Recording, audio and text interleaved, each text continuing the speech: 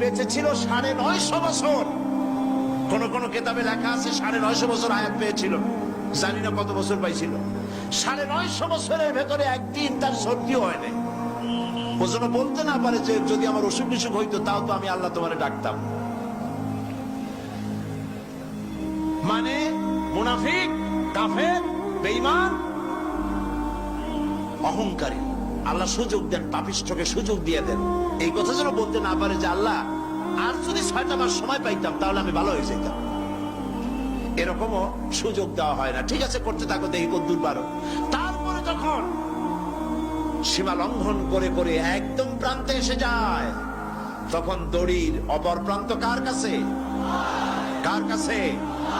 ঘুড়ি যত উপরেই ওড়ে, ঘুড়ির লাটায় ওর পেছনে একটা সুতা আছে, সেই সুতাটা আরেকজনের হাতে, ঠিক না? ঘুড়ি যতই মনে করুক যে আমি